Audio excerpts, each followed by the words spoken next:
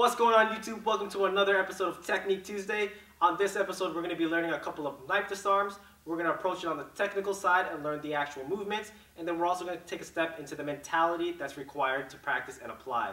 So grab your partners, grab your weapons, and let's get training. So the strike that we're going to be working with, when we're facing each other squared up, we're going to work off of a generic thrust going down the center line towards my stomach. Now whether the strike is oriented towards the right or the left may determine which one I'm going to use, but for the drill we're going to work with the outside first. So when the stab comes in, I'm going to step 45 degrees outside using my right hand to parry it, going upwards, not so much that I launch it off, enough where I can monitor where it is. Okay, as I approach, I want to close this distance between us. I'm going to step in with either my right or my left, doesn't really matter. I'm going to go for an eye jab. I'm going to go through, and I'm going to sandwich and step over the base. By sandwiching, I secure the arm. By stepping over the base, I give him a reason to bend over. Okay, I want to hyperextend, and I want to come back where he has to follow me. From that point, I'm going to take my right arm, I'm going to rotate underneath. Okay, this disarm will work if I get into the correct position, and this is a single edge blade, which means only this point here will cut, and this will be able to thrust. I'm going to take my right arm and rotate behind, pressing against the side and the back. I want to take my forearm, push it to the hill and straight down. So I want to make sure I'm not flicking and striking. I want to make sure I'm going straight down as soon as I can't push anymore. All while that's happening, I am prying his thumb away with my four fingers. Push and straight down. From the other side, we step out, eye jab, sandwich, hyperextended back.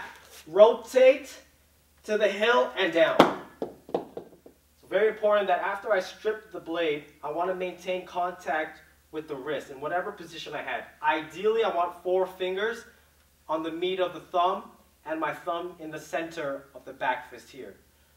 By maintaining this, I'm able to flow into whatever it is I decide to do, whether it be as simple as a wrist lock, or be as complicated as a flow into a half arm bar, whatever it might be. That is up to your discretion.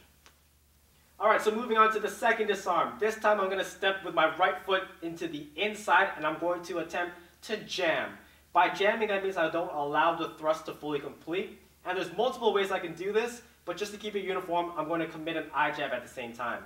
So when the thrust is coming in, I step, left hand's going to go for the parry, right hand's going to go for the eye jab.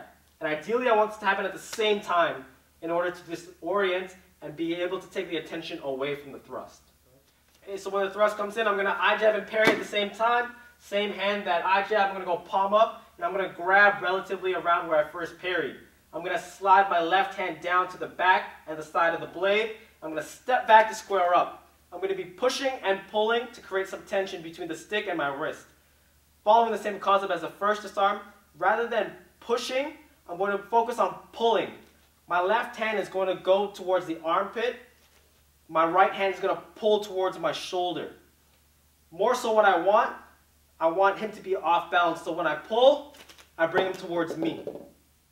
From the other side, jam, palm is up, square up, push and pull, focusing on the pull, straight through, and disarm.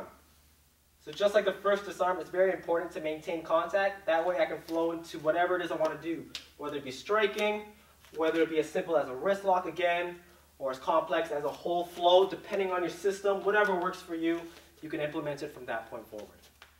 Alright, so we're moving on to our last and final disarm. This is what we call the return to center concept. Working off that generic thrust again, I'm going to step to the outside. Rather than going for an eye jab, I'm going to use a gross motor skill. My palm is up, and I want to hook the arm as best as I can. I want to secure the extended arm so that I know exactly where the blade is. Once I establish this connection here, I'm going to take my right hand, I'm going to roll over to grab the wrist. I'm going to step out and make sure that I square his arm up. So I create this 90-degree angle here. I can grab onto my wrist for extra support, or I can simply step on the foot, making sure he doesn't escape, and bring it back in. Once I've established this, my disarm will just simply be pulling the arm, leaving the blade inside into the disarm here, which is beautiful because it flows right into an armbar on the outside. From the other side, Step outside, palm is up, gross motor, step over the base. Rotate the arm over, step out and square up. Inside, to train we can put it behind and strip right into the arm bar.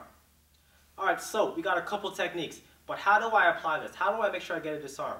Well, the reality is, you probably won't. Disarming is not your priority when it comes to training with weapons. Although we are a weapon-oriented art, you have to respect and understand the simplicity of striking. The distance and the timing required to get into these positions is pretty difficult, even though you practice it over and over and over again, because at the end of the day, you can never really control the pace of your opponent who's attacking you. So these techniques are meant to be complementary.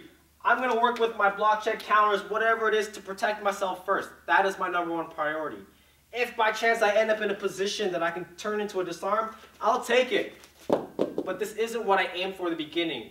My aim was to reposition myself. My aim was to get away from the threat as safely and as efficiently as possible. Alright, so that was this week's Technique Tuesday. I hope you guys enjoyed the video. Hopefully you were able to take something from this as well. Just remember that when you guys are training, whether it's a metal trainer, a plastic trainer, make sure that safety is your number one priority. So take your time through all these steps. If you haven't already, make sure you hit that subscribe button, give this video a thumbs up, and comment below. Let us know what you want to see on our next video. And until next time, catch you guys then.